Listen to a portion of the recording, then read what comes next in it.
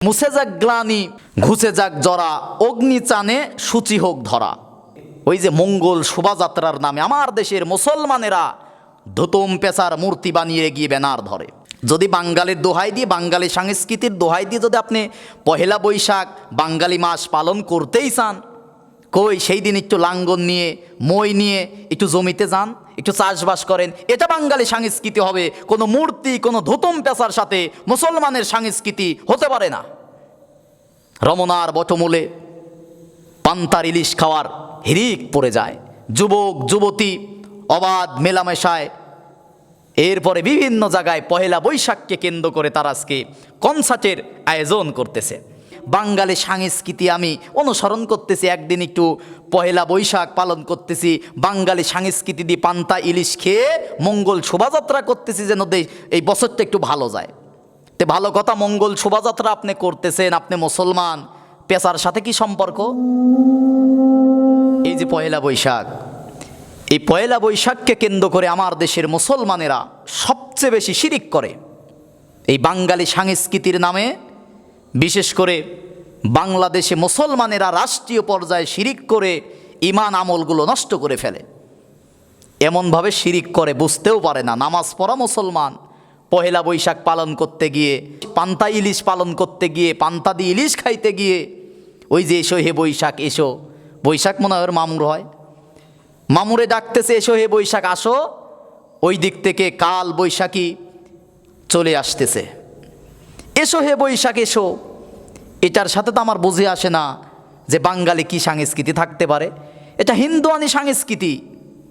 রবীন্দ্রনাথ ঠাকুর এই কবিতা লিখেছে, অথচ আমার দেশের মুসলমানেরা সেই কবিতা এমনভাবে বলে যেন এই কবিতার মধ্যে কতই না ভালো কিছু আছে, অথচ এই কবিতার মধ্যে শিরকিয়াতের কথা। কারণ রবীন্দ্রনাথ ঠাকুরের অধিকাংশ কবিতা একটা প্রেম আর প্রার্থনা, এই দুইটা বিষয় নিয়ে। কিন্তু আমার কবি, জাতীয় কবি কবি নজরুল যত জায়গায় কলম ধরেছে আল্লাহ পাক সেখানেই সফলতা দান করেছে।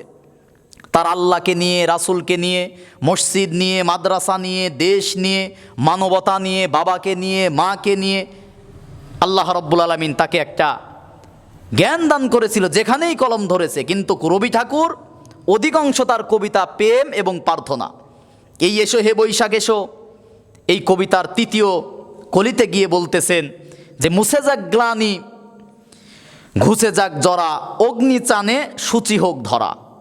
একটা কুফরিত কথা, একটা শিরকিয়াতের কথা, যে মুছে যাক গ্লানি, যত ক্লান্তি আছে, ঘুচে যাক জরা, যত দুঃখ কষ্ট আছে, এটা অগ্নি চানে, অগ্নি মানে আগুন, স্নানে মানে গোসল, আর সূচি মানে পবিত্র হোক ধরা। তো অগ্নির সাথে তো সম্পর্ক মুসলমানের নয়, অগ্নির সাথে সম্পর্ক হিন্দুদের। কিন্তু অগ্নির কাছে আজকে তারা সাহায্য চাচ্ছে মুসলমান, এটাও বলতেছে এসো হে বৈশাখ এসো এসো। কিন্তু মানুষের কল্যাণ অকল্যাণ ভালো মন্দ একমাত্র করার ক্ষমতা যিনি রাখেন তিনি হচ্ছে আল্লাহ রাব্বুল আলামিন। আল্লাহ রাব্বুল আলামিন সূরা ইউনুসের 107 নম্বর আয়াতে এবং সূরা আনআমের 17 নম্বর আয়াতের মধ্যে আল্লাহ রাব্বুল আলামিন বলেন, ওয়া ইয়ামসাসকাল্লাহু বিদুররিন ফালা কাশিফা লাহু ইল্লা হু। আল্লাহ পাক বলতেছেন, ওয়া ইয়ামসাসকাল্লাহু বিদুররিন ফালা কাশিফা লাহু ইল্লা হু, নিশ্চয় কোনো অকল্যাণ এটা করার ক্ষমতা একমাত্র আমি আল্লাহর। ওয়া ইউরিদিকা বিখাইরিন ফালা রাদ্দা লিফাদলিহি, এবং কারুর কল্যাণ করার ক্ষমতা একমাত্র আমি আল্লাহর। আমি আল্লাহ যদি কারুর ক্ষতি করি কেউ পারবে না তাকে রক্ষা করতে। আমি আল্লাহ যদি কারুর কল্যাণ করি কেউ পারবে না তাকে সেই কল্যাণ থেকে তাকে প্রতিরোধ করতে। আল্লাহ পাক বলতেছেন, ইউসিবু বিহি মাইয়াশাউ মিন ইবাদিহি, আমি আমার বান্দাদের যাকে ইচ্ছা কল্যাণ অকল্যাণ এটা আমি আল্লাহ করতে পারি।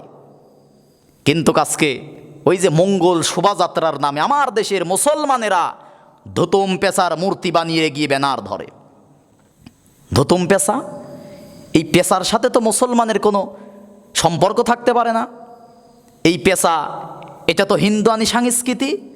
কিন্তু যদি বলি যে ভাই মুসলমান আপনি এই মঙ্গল শোভাযাত্রা কেন করতেছেন, তখন বলে যে হুজুর আমরা মুসলমান ঠিক আছে, এটা তো আর হিন্দুদের উৎসব না, আমরা একটু বাঙালি সংস্কৃতি আমি অনুসরণ করতেছি, একদিন একটু পহেলা বৈশাখ পালন করতেছি, বাঙালি সংস্কৃতি দিয়ে পান্তা ইলিশ খেয়ে মঙ্গল শোভাযাত্রা করতেছি যেন এই বছরটা একটু ভালো যায়। তে ভালো কথা, মঙ্গল শোভাযাত্রা আপনি করতেছেন, আপনি মুসলমান, পেশার সাথে কি সম্পর্ক? এ তত্ত্ব ঘাটতে গিয়ে দেখলাম ওই যে হিন্দুরা একটা পেশার লক্ষ্মীর পূজা করে, মানে লক্ষ্মী পূজা এই কারণে করে যে কল্যাণ অকল্যাণ দিতে পারে মা লক্ষ্মী, হিন্দুদের বিশ্বাস এটা। আর এই লক্ষ্মী পেশার ওপরে বাহন বানিয়ে পেশাকে ব্যবহার করে, এই জন্য লক্ষ্মী পেশা বলা হয়। এই লক্ষ্মী পেশা এইগুলোর মূর্তি বানিয়ে আজকে মুসলমানের সন্তানেরা কল্যাণ অকল্যাণ চাচ্ছে। আপনাকে যদি বাঙালি সংস্কৃতি যদি পালন করতেই হয়, আমি বলবো কই পহেলা বৈশাখের দিন সকালবেলা আপনি একটু লাঙ্গল কাঁধে নিয়ে মাঠে যান। যদি বাঙালির দোহাই দিয়ে, বাঙালি সংস্কৃতির দোহাই দিয়ে যদি আপনি পহেলা বৈশাখ বাঙালি মাস পালন করতেই চান, কই সেই দিন একটু লাঙ্গল নিয়ে মই নিয়ে একটু জমিতে যান, একটু চাষবাস করেন, এটা বাঙালি সংস্কৃতি হবে। কোনো মূর্তি, কোনো ধুতুম পেশার সাথে মুসলমানের সংস্কৃতি হতে পারে না। রমনার বটমূলে পান্তার ইলিশ খাওয়ার হিরিক পড়ে যায়, যুবক যুবতী অবাধ মেলামেশায়। এরপরে বিভিন্ন জায়গায় পহেলা বৈশাখকে কেন্দ্র করে তারা আজকে কনসার্টের আয়োজন করতেছে।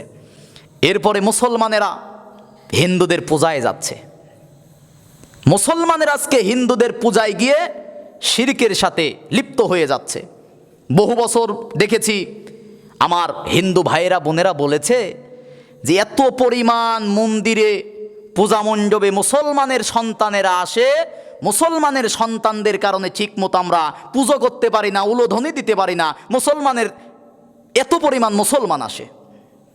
কপাল পোড়া জাতি হিন্দুয়ানি সংস্কৃতি পালন করতে গিয়ে ঈমান নষ্ট করে ফেলতেছে, শিরিক করতেছে, আমল নষ্ট করে ফেলতেছে। মনে রাখবেন, ইচ্ছা করে হোক অইচ্ছাকৃতভাবে হোক, জেনে হোক না জেনে হোক, শিরিক যদি করে তার আমল আল্লাহ রাব্বুল আলামিন নষ্ট করে দিবে। সূরা জুমারের 65 নম্বর আয়াত আল্লাহ পাক নবীজিকে টার্গেট করে বলতেছেন, ওয়ালাকাদ উহিয়া ইলাইকা ওয়া ইলাল্লাযিনা মিন ক্বাবলিক লা ইন আশরাকতা লা ইয়াহবাতান্না আমালুকা ওয়া লা তাকুনান্না মিনাল খাসিরিন। হে নবী, আপনার কাছে ওহী করতেছি, আপনার পূর্বের নবীদের কাছেও এই ওহী করেছি, লাইন আশরাকতা, যদি কেউ শিরিক করে, লা ইয়াহবাতান্না, তার সকল আমল আমি আল্লাহ বাতিল করে দেব। ওহুয়া ফিল আখিরাতি মিনাল খাসিরিন, আর সেই ব্যক্তি আখিরাতে ক্ষতিগ্রস্ত হবে। আল্লাহ রাব্বুল আলামিন সূরা মাইদার 72 নম্বর আয়াতে বলতেছেন, ইন্নাহু মাই ইশরিক বিল্লাহি ফাকাদ হাররামা আলাইহিল জান্নাহ, নিশ্চয় যারা শিরিক করবে, ফাকাদ হাররামা আলাইহিল জান্নাহ, তাদের জন্য আল্লাহর জান্নাত হারাম হয়ে যায়। ওয়া মাওয়াহুন নার, এবং তাদের জন্য বাসস্থান জায়গা হয়ে যায় জাহান্নাম। আল্লাহ পাক সূরা নিসার 48 নম্বর আয়াত 116 নম্বর আয়াত স্পষ্ট বলেছে, সব গুনাহ আমি আল্লাহ মাফ করলেও শিরকের গুনাহ আমি আল্লাহ রাব্বুল আলামিন কখনো মাফ করব না। অতএব মুসলমান ভাইরা, এই পহেলা বৈশাখ হিন্দুয়ানি সংস্কৃতি, এর সাথে কোনো মুসলমান ইমানদারের কোনো সম্পর্ক থাকতে পারে না। এই ওসিলা দিয়ে মঙ্গল শোভাযাত্রা একটা কুফরি মতবাদ, শিরকি মতবাদ। এই ব্যানারে যারা বাঙালি সংস্কৃতি পরিচয় দিয়ে যারা করবে, ওদের ঈমান আমল নষ্ট হয়ে যাবে। আর কল্যাণ অকল্যাণ মঙ্গল শোভাযাত্রা দিয়ে হয় না, কল্যাণ অকল্যাণের একমাত্র মালিক আল্লাহ রাব্বুল আলামিন। আল্লাহ পাক বলেন, ওয়া ইয়ামসাসকাল্লাহু বিদুররিন ফালা কাশিফা লাহু ইল্লাহু, নিশ্চয় মানুষের অকল্যাণ যদি আমি আল্লাহ করি, ওই ধুতুম পেশা বলেন, ওই লক্ষ্মী পেশা বলেন, আর পহেলা বৈশাখ বলেন, কই মঙ্গল শোভাযাত্রা করেন, আর ওই দিক থেকে কাল বৈশাখী এসে ঘর বাড়ি তছনছ করে দিয়ে যায়। অতএব মানুষের কল্যাণ অকল্যাণ, মঙ্গল ভালো মন্দ একমাত্র যিনি করতে পারেন তিনি হচ্ছে আল্লাহ রাব্বুল আলামিন। আল্লাহ পাক সূরা নাহালের 53-54 নম্বর আয়াতের মধ্যে বলেন, ওমা বিকুম মিন নি'মাতিন ফামিনাল্লাহ, নিশ্চয়ই সকল নিয়ামত, মানুষকে যত নিয়ামত দিয়েছি, সুস্থতা দিয়েছি, বাসস্থানের ব্যবস্থা করেছি, আমি আল্লাহ রাব্বুল আলামিন রিজিকের ব্যবস্থা করেছি, এগুলো ওমা বিকুম মিন নি'মাতিন ফামিনাল্লাহ, এটা করেছি একমাত্র আমি আল্লাহ রাব্বুল আলামিন। মানুষের কল্যাণ অকল্যাণ ভালো মন্দ এটা একমাত্র আমি আল্লাহ রাব্বুল আলামিন, ফামিনাল্লাহ, এটা একমাত্র আমি আল্লাহ করতে পারি। অতএব এই মঙ্গল শোভাযাত্রা, এটা যদিও ইহুদি খ্রিস্টানের একটা সাম্রাজ্যবাদী, যারা ব্যবসার একটা চক্রান্ত, শাড়ি কিনবে, মুসলমানের নারীরা হলুদ শাড়ি পরে, মুসলমানের সন্তানেরা সাদা গেঞ্জি পরে কালবৈশাখী পালন করতে গিয়ে, পয়লা বৈশাখ পালন করতে গিয়ে হিন্দুদের মন্দিরে যাবে এবং যুবক যুবতী অবাধ যৌনাচারে তারা এই পহেলা বৈশাখে লিপ্ত হবে।